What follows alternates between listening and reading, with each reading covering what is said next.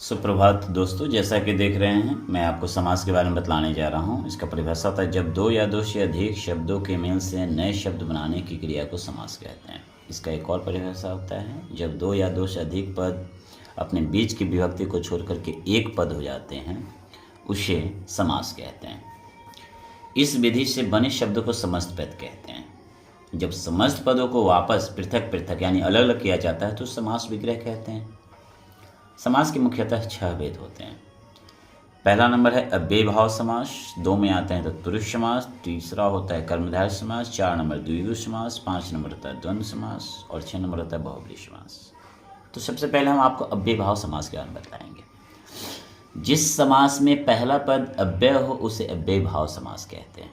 जैसे प्रतिदिन यानी कि रोजाना, आजन्म यानी कि जन्म भर, आमरण यानी कि मरण तक, गली गली यानी प्रत्येक गली, घर घर यानी प्रत्येक घर में, दिनों दिन दिन ही दिन में, निडर बिना डर का, प्रतिमास प्रत्येक महीना, यथा स्थिति स्थिति के अनुसार, यथा समय समय के अनुसार, यथा शक्ति शक्ति के अनुसार, बेकाम बिना काम का, भर पेट पेट भर, रात भर यानी पूरी रात, प्रत्यक्ष आंखों के सामने। 2 नंबर में आपका आता है तत्पुरुष समास। इस समास में उत्तर पद प्रधान होता है तथा पूर्व पद गौण होता है।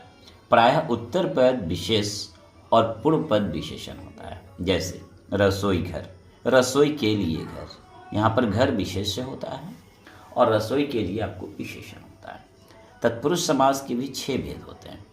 कर्म तत्पुरुष समास, यश प्राप्त यानी यश को प्राप्त, गृहागत गृह को आगत, परलोक गमन परलोक का गमन, यश प्राप्त यानी यश को प्राप्त, ये विभक्ति के अनुसार होता है आपका। कर्म तत्पुरुष समास होते हैं जिसका चिन्ह होता है कर्ण का से, उसका मद मस्त, मद से मस्त, मदांध मद से अंधा, रोग मुक्त यानी रोग से मुक्त, शोकाकुल यानी शोक से आकुल, भयाकुल यानी भय से आकुल, आकुल यानी व्याकुल होता है। संप्रदान तत्पुरुष समास होता है। प्रयोगशाला इसका चिन्ह होता है के लिए, प्रयोग के लिए शाला, विद्यालय विद्या के लिए शाल आलय, सत्याग्रह सत्य के लिए आग्रह, यज्ञशाला यानी यज्ञ के लिए शाला। अपादान तत्पुरुष समास, ऋण मुक्त यानी ऋण से मुक्त, गुणहीन गुण से हीन, धनहीन धन से हीन, धर्म भ्रष्ट धर्म से भ्रष्ट। संबंध तत्पुरुष समास होता है जलधारा यानी जल की धारा, जल प्रवाह जल का प्रवाह, जीवन साथी जीवन का साथी, प्रसंगानुसार यानी प्रसंग के अनुसार। अधिकरण तत्पुरुष समास होते हैं आत्मविश्वास यानी अपने आत्मा पर विश्वास, आप बीती आप पर बीती हुई, गृह प्रवेश यानी गृह में प्रवेश, घुड़सवार यानी घोड़े पर सवार। तो अधिकरण तत्पुरुष समास का चिन्ह होता है में और पर। तो यहाँ पर जो आप 6 देख रहे हैं ये कारक यानी विभक्ति के अनुसार होता है। अगला आता है आपको तत्पुरुष समास का ही पार्ट होता है नए तत्पुरुष समास। जिस समस्त पद में पहला पद नकारात्मक हो उसे नए समास यानी नहीं अर्थ वाले बोध करता है उसको नए समास कहते हैं। जैसे अनर्थ जिसका कोई अर्थ ना हो, न अर्थ होता है इसका विग्रह, अनस्व जिसका नाश नहीं हो, नाश नहीं होने वाला को, अनाथ जिसका कोई नाथ ना हो, अनंत न अंत यानी जिसका कोई अंत ना हो, अधर्म न धर्म, अन्याय न न्याय। तीसरा नंबर में आता है आपको कर्मधारय तत्पुरुष कर्मधारय समास। इस समास में पहला पद विशेषण तथा दूसरा पद विशेष्य होता है। अथवा एक और परिभाषा, जिस समास में उपमान या उपमेय का बोध होता है जिससे तुलना किया जाता है। जैसे पीताम्बर, पीत है जो अंबर यानी जिसका कपड़ा पीला हो यानी भगवान श्री कृष्ण। महापुरुष महान है जो पुरुष, वन मानुष वन में रहने वाला मानुष। नीलकमल नीला है जो कमल, नीलकंठ नीला है जिसका कंठ, नीलगाय नीली है जो गाय। पर्णकुटी यानी घास फूस से बनी हुई कुटिया को कहते हैं।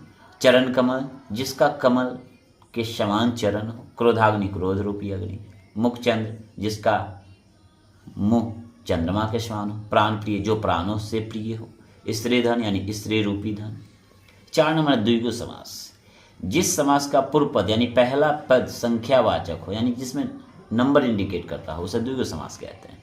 जैसे दोपहर दूसरा पहर, सप्ताह यानी 7 दिनों का सप्ताह होता है। नवग्रह 9 ग्रह, पंचवटी 5 वटों का समाहार, त्रिभुज 3 भुजाओं वाला, तिरंगा 3 रंगों वाला।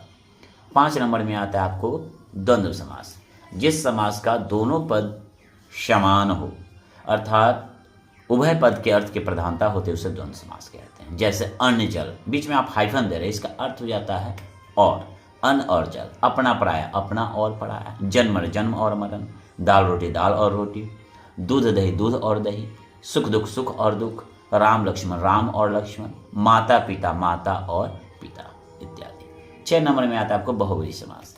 यहाँ पर पहला पद और दूसरा पद मिलकर किसी तीसरे पद की ओर संकेत करता है, उसे आपको द्वंद्व समास कहते हैं, उसे बहुव्रीहि समास कहते हैं।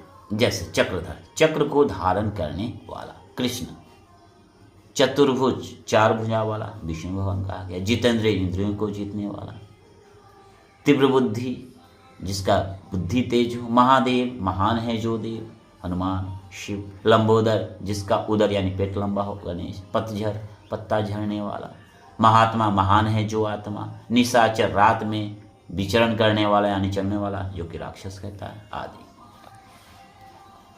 बहुव्रीहि और कर्मधारय समास में क्या अंतर होता है? कर्मधारय समास में दूसरा पद प्रधान यानी विशेष होता है तथा पहला पद उस विशेष के विशेषण का कार्य करता है।